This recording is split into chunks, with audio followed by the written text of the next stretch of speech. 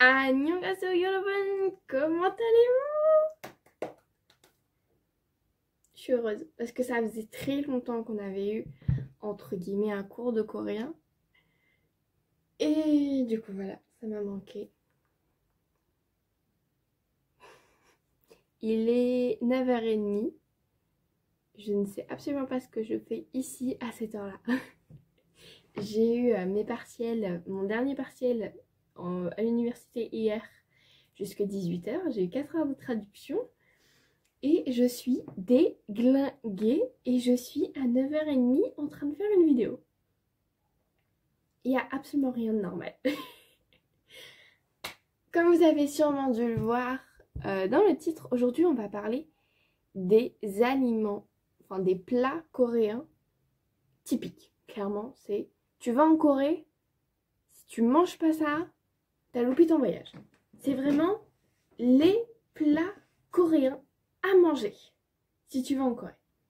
Ou même si dans ta ville tu as un resto coréen, il faut que tu manges ça. Aujourd'hui, je ne suis pas équipée de ma jolie feuille, je suis occupée de mon nouvel ordinateur.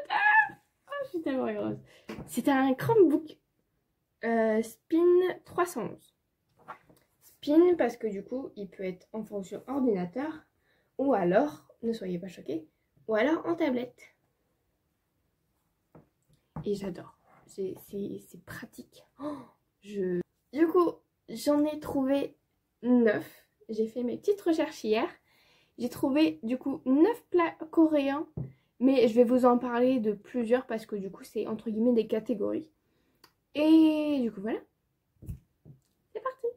On va commencer avec le premier plat qui est typique de certaines régions. Chaque région et chaque coin de la Corée a du coup son plat ou son aliment de prédilection en fait.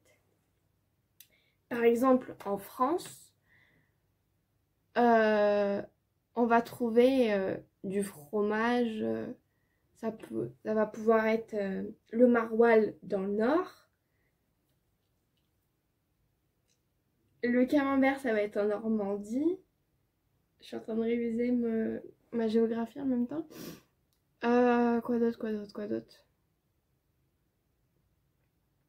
Il va y avoir tous les plats typiques du sud. Pareil pour l'est. Va y avoir des plats typiques à chaque région. Je viens de finir Welcome à Blooms. Et dans ce drama, ils sont à Hongsan. Et je crois que je sais pas du tout où est-ce que c'est. Je vais vous mettre une carte. Et du coup, à Hongsan, leur spécialité, du coup, c'est le crabe mariné. Alors, chez nous aussi, on mange du crabe. Mais c'est pas pareil. Parce que là-bas, leur crabe, apparemment, il est... Du coup, le crabe, ça va se dire... Alors, non, le crabe mariné, ça va se dire gejang. Gejang. Jang.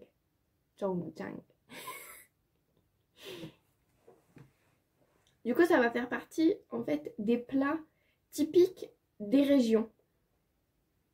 De chaque région, du coup, de la Corée.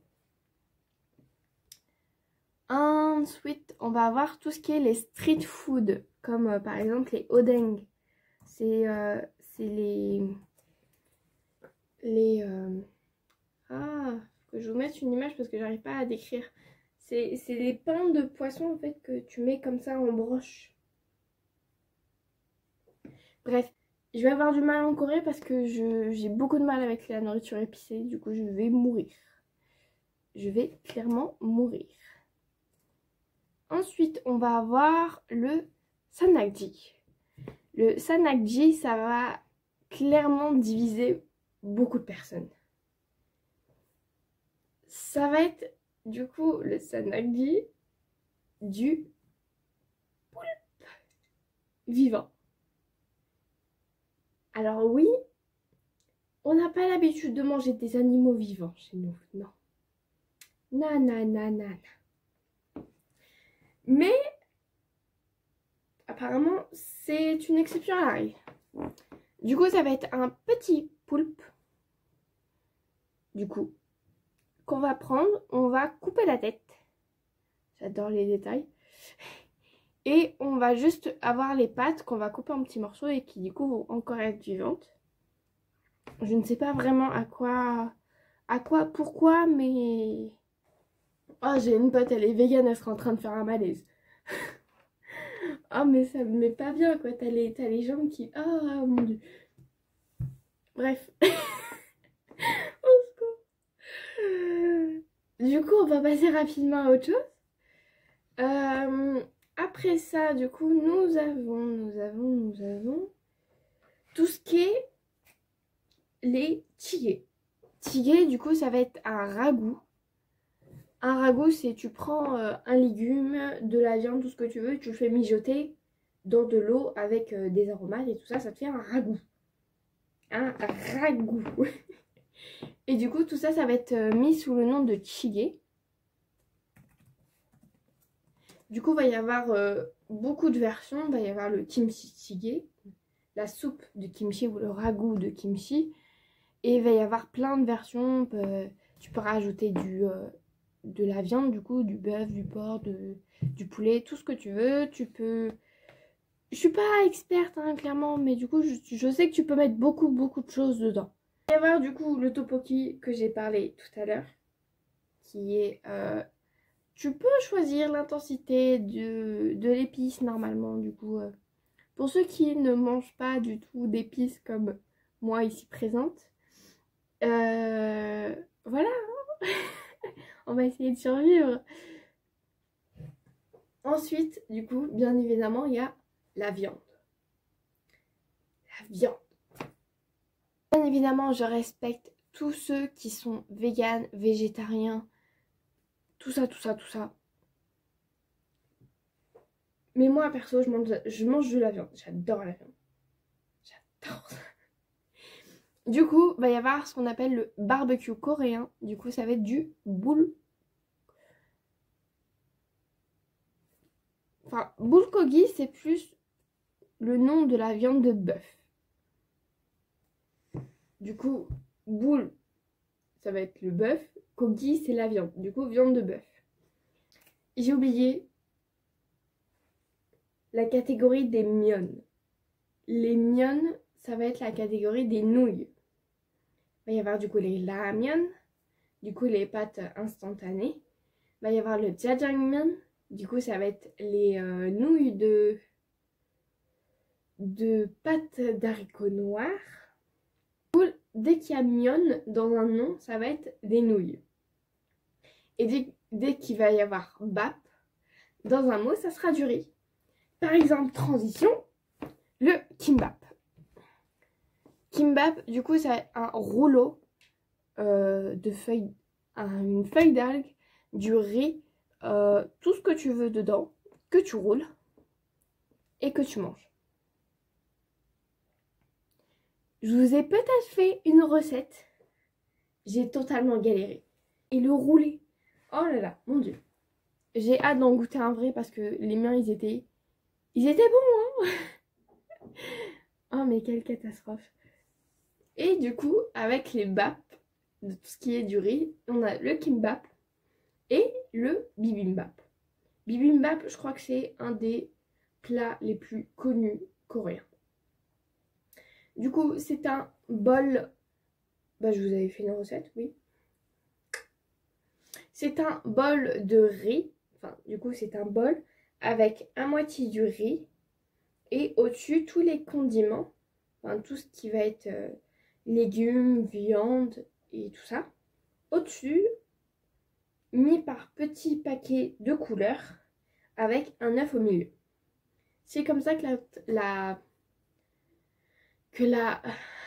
répartition traditionnelle est, mais vous pouvez le faire clairement comme vous voulez.